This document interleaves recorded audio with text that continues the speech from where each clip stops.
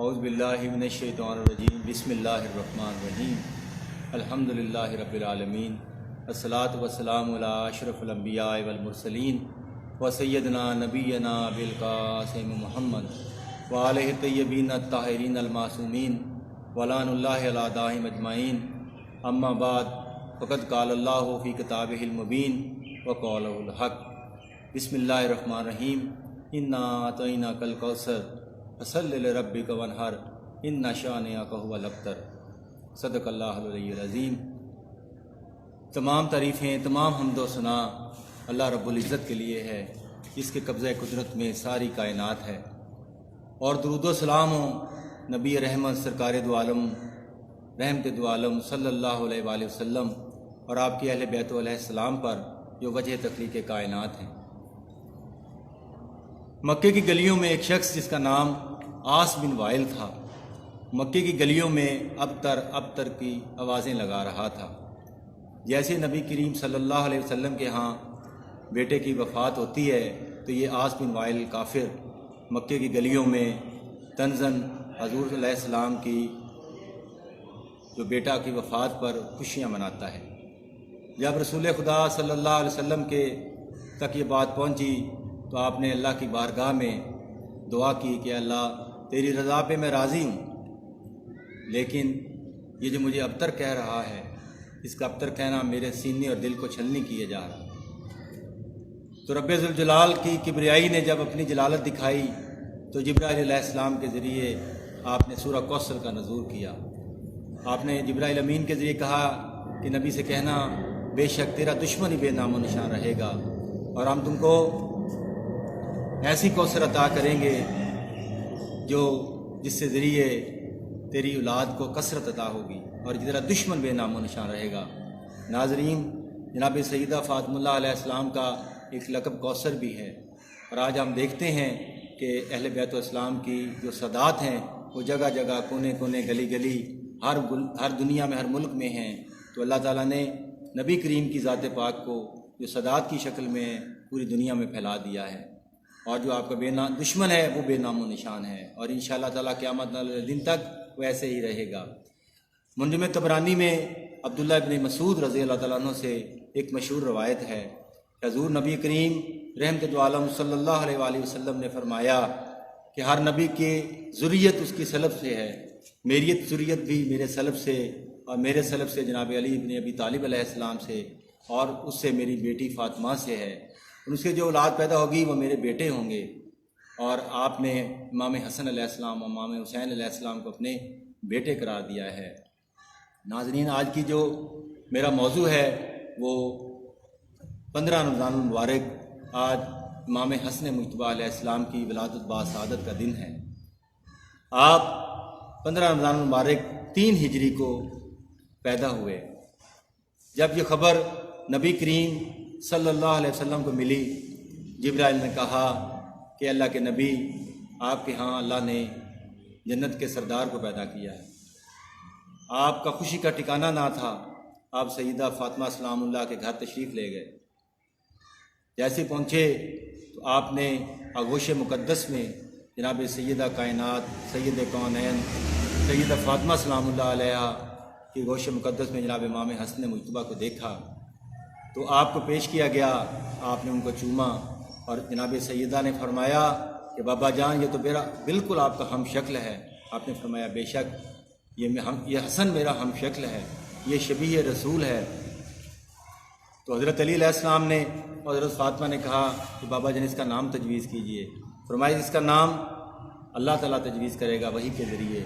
تو جبرائیل علیہ السلام تشریف فرمائے اور کہا کہ اللہ نے فرمایا ہے کہ آپ کو اس علی سے وہی نسبت ہے جیسے ہارون کو موسیٰ سے تھی، کیونکہ آپ کے بعد کوئی نبی نہیں ہوگا۔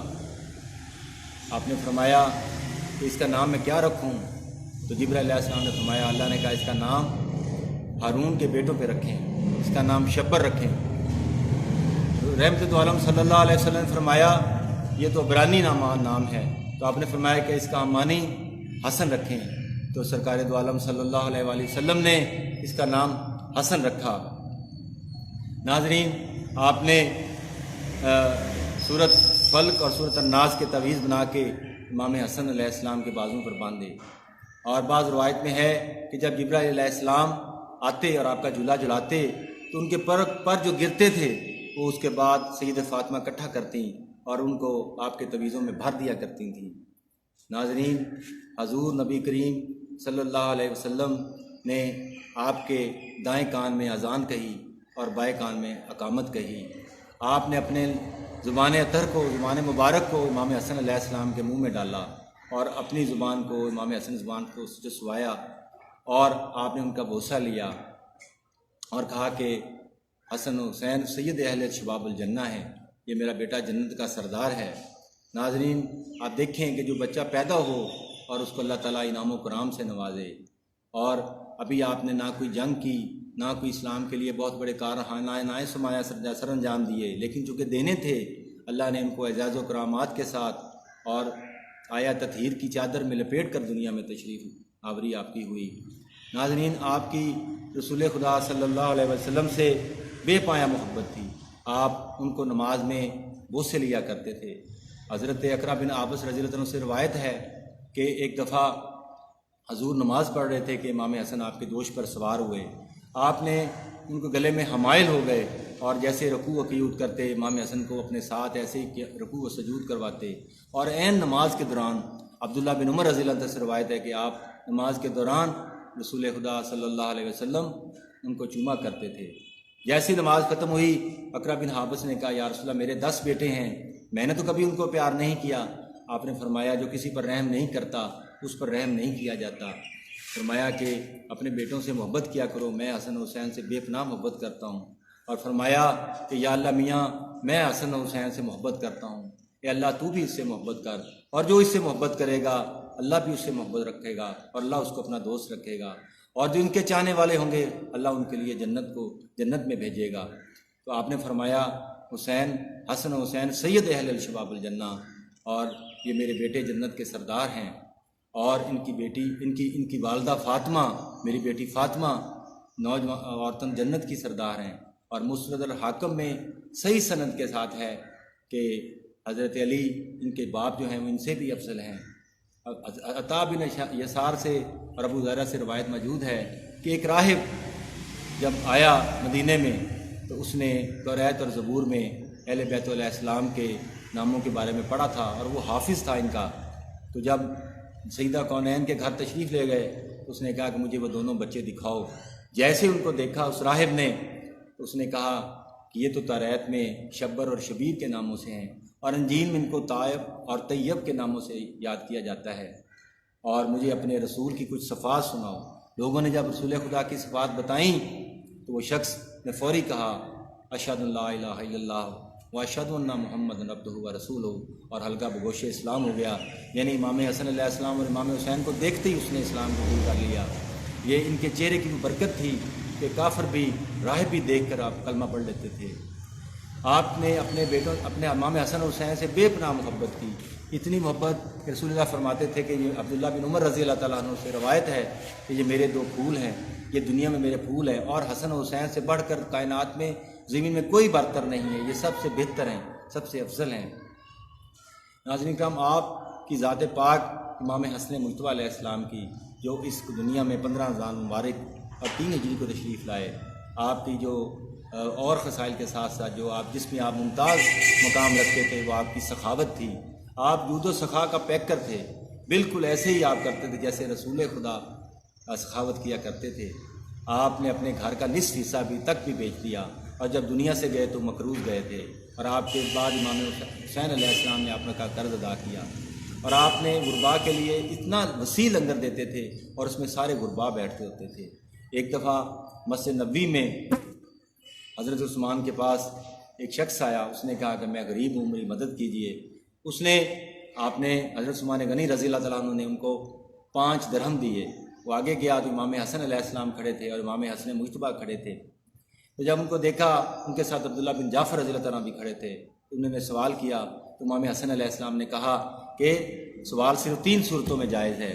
پہلی صورت یہ ہے کہ بہت زیادہ تم پر ناگہانی مصیبت آئی ہے، یا تمہیں کوئی مقروض ہو، یا تمہیں اتنی افلاس و غربت آ گئی ہے کہ تمہارا حالت بہت پست ہو گئی ہے، اس نے کہا اے اہل بیت علیہ السلام، میرے میں ان تینوں میں ایک حالت موجود ہے۔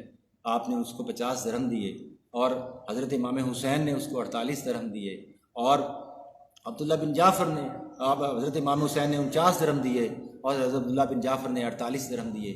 وہ واپس خلیفہ سوم کے پاس آیا اور سارا ماجرا سنایا، لیکن حضرت عثمان نے کہا بے شک اہل بیت علیہ السلام نے دودھ کی جگہ علم گھول گھول کر پیا ہے۔ تو صحابہ کرام بھی آپ کے علم کے معترف تھے، اور لوگ بھی آپ سے فیض یاب ہوتے تھے۔ ایک بڑا مشہور واقعہ جو تاریخ میں ہوا کہ ایک شخص شاہ روم سے آیا، اور اس کو والی شام سے اس کے سوالوں کے جواب نہ دیے جا سکے، تو اس نے مدینے کا رخ کیا، اور اس کو پتہ تھا کہ اہل بیت علیہ السلام کے علم کے چرچے پوری دنیا میں مشہور تھے۔ تو آیا تو اس نے حضرت علی کے سامنے کہا کہ میرے کچھ سوالات ہیں، فرمایا کہ تمہارے سوالوں کا جواب میرا بیٹا حسن دے دے گا۔ تو جب اس نے کہا کہ یہ میرے سوال آپ کا بیٹا دے سکتا ہے، اس نے امام حسن کی طرف متوجہ ہوئے، تو جناب امام حسن مجتبیٰ علیہ السلام نے کہا جو تم نے سوال کہے ہیں کیا میں خود جواب بتا دوں؟ تو وہ حیران ہو گیا، اس نے کہا بتائیے۔ آپ نے کہا تم یہ 6 سوال سوچ کر آئے ہو۔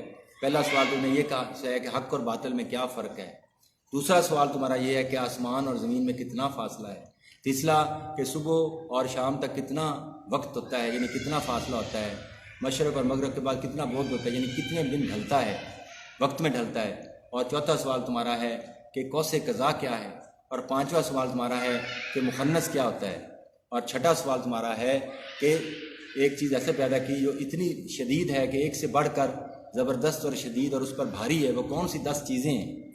جب اس نے یہ سوال سنے تو اس نے کہا مرحبا، بے شک میں نے یہی سوال سوچے تھے، لیکن آپ نے تو خود بتا دیے ہیں، تو اب اس کا جواب بھی مرمت فرما دیجئے۔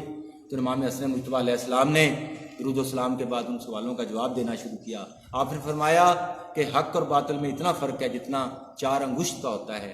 تم نے جو آنکھوں سے دیکھتے ہو وہ حق ہے، اور جو تم کانوں سے سنتے ہو وہ باطل ہے، اور مشرق کے مغرب کے درمیان اتنا فاصلہ ہے جتنا ایک ظالم جو مظلوم پر ظلم کرتا ہے، اور ظلم کی نگاہ جب اللہ کے آسمان کی طرف ہوتی ہے تو ایک سیر یعنی اس کی نگاہ کے درمیان جو فاصلہ ہے وہ اتنا فاصلہ آسمان اور زمین کا ہے، اور مشرق و مغرب کے درمیان ڈھلنے میں جو فاصلہ وہ ایک دن کی مسافت کا فاصلہ ہے۔ اور چوتھا سوال کہ قوس قزح کیا ہے، یہ قزح نہیں ہے، قزح تو شیطان کا نام ہے، یہ قوس الہی لفظ ہے۔ قوس قزحی یہ آسمان پر اللہ کی ذات سرسبزی کے بعد سرسبزہ کرنے کے لیے، اور زمین کو اور آسمان کو زینت بخشنے کے لیے یہ قوس الہی آسمان پر عریضہ کرتی ہے۔ اور چھٹا اس نے سوال کہا کہ کون سی چیز ہے جو ایک سے بڑھ کر شدید ہے، فرمایا آپ نے کہ سب سے بھاری سب سے شدید پتھر ہے، پتھر سے بھاری لوہا ہے، لوہے سے بھاری آگ ہے جو اس کو کاٹ دیتی ہے، آگ سے بھاری پانی ہے جو اس کو بجھا دیتا ہے، پانی سے بھاری بادل ہے جو اس کو اڑا کے لے جاتا ہے، اور بادل سے بھاری ہوا ہے جو اس کو لے جاتی ہے، ہوا سے بھاری فرشتہ ہے، فرشتے سے بھاری ملک الموت ہے، اور ملک الموت سے بھاری جو خود ملک الموت کو موت دیتی ہے یعنی موت۔ اور 10ویں چیز فرمایا اللہ کا امر، آپ نے فرمایا وہ اول الامر منہم، وہ اللہ کا امر ہم اہل بیت السلام ہیں۔ جیسے اس نے یہ سوال سنے اور مرحبا کی آواز کی، اور فرمایا بے شک کہ علم اہل بیت علیہ السلام کے پاس کسی کے پاس نہ تھا۔ آپ جود و سخا کے پیک کر زہد و عبادت میں اس قدر کہ آپ نے پیادہ 25 حج کیے، اور آپ پیدل حج کرتے، اور آپ جب اپنی کھڑے ہوتے رات کو پوری پوری رات عبادت کرتے۔ کوئی کہتے کہ اے امام آپ کے پاس سواری ہے تو آپ پیادہ حج کیوں کرتے ہیں؟ فرمایا کہ اللہ کی راہ میں مجھے جو مسافت پیدل چلنے میں آتی ہے اس کا لطف کی اور ہے، میں چاہتا ہوں کہ خدا کی بارگاہ میں تکلیفوں کے ساتھ جاؤں تاکہ میری اللہ دعائیں مستجاب کرے۔ آپ کا خدا کی بارگاہ میں اس قدر عزت و انکساری تھی کہ رسول کی آپ شبیہ نظر آتے تھے، رسول کا آپ نقشہ نظر آتے تھے۔ ناظرین، آپ غریب غربا میں اس قدر لنگر تقسیم کرتے کہ ایک دفعہ ایک امام حسن کا دسترخوان پوری دنیا میں مشہور تھا۔ مدینہ کی گلیوں میں جب آپ کا دسترخوان ہوتا تمام غربا جن کی ایڑیاں بھی پھٹی ہوتی تھیں اور ان کے کپڑے بھی لباس پر چند ہوتے تھے وہ آپ کے دسترخوان میں آتے، عمرہ کو آپ بالکل نہ بلاتے بلکہ غربا کو بلاتے۔ اور ایک شخص کو دیکھا کہ وہ کھانا کھانے کے دوران کچھ روٹی چرا کے رکھ رہا ہے۔ جیسے امام حسن مجتبیٰ علیہ السلام کی نظر پڑی، آپ نے دیکھا ہے بندے خدا روٹی کو چوری کر رہا ہے اور لے جانا اور کھانا، اور میں کہ نہیں امام میں روٹی نہیں چوری کر رہا، بلکہ میں دیکھ رہا ہوں کہ مسجد کوفہ کے ممبر کے پاس ایک شخص اتنا غریب ہے کہ وہ جو کی روٹی پانی میں بھگو بھگو کے کھا رہا ہے۔ میں اس کو، وہ میرا دوست ہے، میں اس کو جا کر یہ روٹی دوں گا، وہ میرے سے بھی مفلس ہے۔ جیسے امام حسن مجتبیٰ کی نظر وہ کوفہ کے منبر کے پیچھے پڑی تو دیکھا کہ وہاں پر شیر خدا پانی میں جو کی روٹی کو بھگو بھگو کے کھا رہے ہیں، اور لذیذ و طعام کھانے غربا کے لیے ہے، نہ امام حسن نوش فرما رہے ہیں نہ جناب شیر خدا فرما رہے ہیں۔ آپ کی آنکھوں میں آنسو آ گئے۔ امام حسن مجتبیٰ نے اس شخص کو کہا، اے بندہ خدا، یہ بابا یہ کوئی غریب نہیں ہے، یہ میرا بابا علی ہے، یہ اس کا ہی دسترخوان ہے جو تم کھا رہے ہو۔ یہ ہوتے ہیں حکمران، یہ ہوتی ہے مدینے کی ریاست، جس میں غربا وہ کھانا کھائیں جو عمرہ کھاتے ہیں، اور عمرہ وہ کھانا کھائیں جو غریب کھاتے ہیں۔ تو پھر جو ہے وہ تزکیہ نفس پیدا ہوتا ہے، پھر انسان میں اللہ کا عجز پیدا ہوتا ہے۔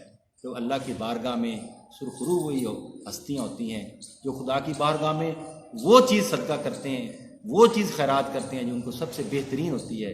ہم بھی امام حسن مجتبیٰ کی سیرت سے پہلوؤں سے سیکھیں کہ انہوں نے کس طرح کی سخاوت کی۔ ہم آج پھٹی پرانی چیزیں اور رات کا بچا ہوا کھانا دیتے ہیں، لیکن ہم نام کے اہل بیت علیہ السلام کے ماننے والے ہیں۔ عملی صورت میں ہمیں اس کا کردار ادا کرنا چاہیے، اور غربا کو وہ کھانا تقسیم کرنا چاہیے جو ہم کھاتے ہیں، بہترین کھانا، تاکہ ان کے اندر جو وہ حسرت ہے اور جو ان کی جو غربت کی وجہ سے چہرے کے اندر ہڈیاں پست ہو جاتی ہیں، تو کھانا کھانے سے ان کے چہرے پہ شادمانی آئے اور شادانی آئے۔ اسی طرح سے امام حسن علیہ السلام جب جا رہے ہوتے تھے تو ایک دفعہ غربا کچھ روٹی کھا رہے تھے، ان کے پاس کچھ بچے کچھ ٹکڑے تھے۔ فرمایا انہوں نے، اے مولا ہمارے ساتھ بھی کھانا تناول فرمائے۔ آپ اپنی اسی ابا اور قبا کے ساتھ ان غربا کے ساتھ بیٹھ گئے اور ان کے سوکھے ٹکڑوں کے ساتھ کھانے لگ گئے۔ ان کا دل اتنا خوش ہوا، انہوں نے کہا کہ، اور آپ کے ہاتھوں کو چومنے لگے، آپ کے پاؤں کو چومنے لگے۔ آپ نے ان کے ہاتھوں کو پکڑا، اپنے گھر لے گئے، ان کو نیا لباس دیا، ان کو بہترین کھانا کھلایا، ان کو زاد راہ دیا، سواری دی، اور وہ ان پر درود و سلام پڑھتے چلے گئے۔ امام کی آنکھوں میں آنسو آ گئے اور اللہ کی بارگاہ میں دعا کی، اے رب العزت، میری اس عبادت کو قبول کرنا۔ میں تیرے رستے میں بہت ہی کم چیزیں پیش کر سکا ہوں۔ آپ جب دنیا سے گئے تو مقروض ہو کر گئے۔ آپ کی جو وجہ شہرت، ایک آپ کا امن، آپ انتہائی صلح جو اور امن پسند تھے، اور دوسرا آپ کی سخاوت تھی۔ ناظرین، میں آپ کی خدمت میں یہ چیزیں گوشتگار کی ہیں۔ آئیے ہم اہل بیت علیہ السلام کی سیرت پر چلنے کی کوشش کریں، ان کی زندگی کو اپنائیں۔ آج کے اس کٹھن دور میں جتنی ہو سکتا ہے ہم اتنے سے کم لوگوں کی مدد کریں، اور اپنے آپ کو بھی اگر ہم اس جگہ پہ لا کے دیکھیں تو پھر دیکھیں کہ وقت کیسا ہوتا ہے جو غریب پہ گزرتا ہے، اور کوشش کریں کہ ہم وہ چیزیں دیں جو اسلام میں، جو اللہ کے نبی نے بہترین صدقے کو حکم دیا ہے، وہ ہے کہ سب سے بہترین کھانا، بہترین لباس۔ بے شک اہل بیت علیہ السلام کی محبت ہم پر واجب ہے۔ آج جو ان کے دن آ رہے ہیں ہمیں منانے اسی طرح چاہیے جیسے ہم دوسرے دن مناتے ہیں۔ ان کی سیرت کو پڑھ کے، ان کی زندگی کو پڑھ کر اس پر ہمیں چلنے کی کوشش کرنی چاہیے۔ اللہم صلی علی محمد و آل محمد۔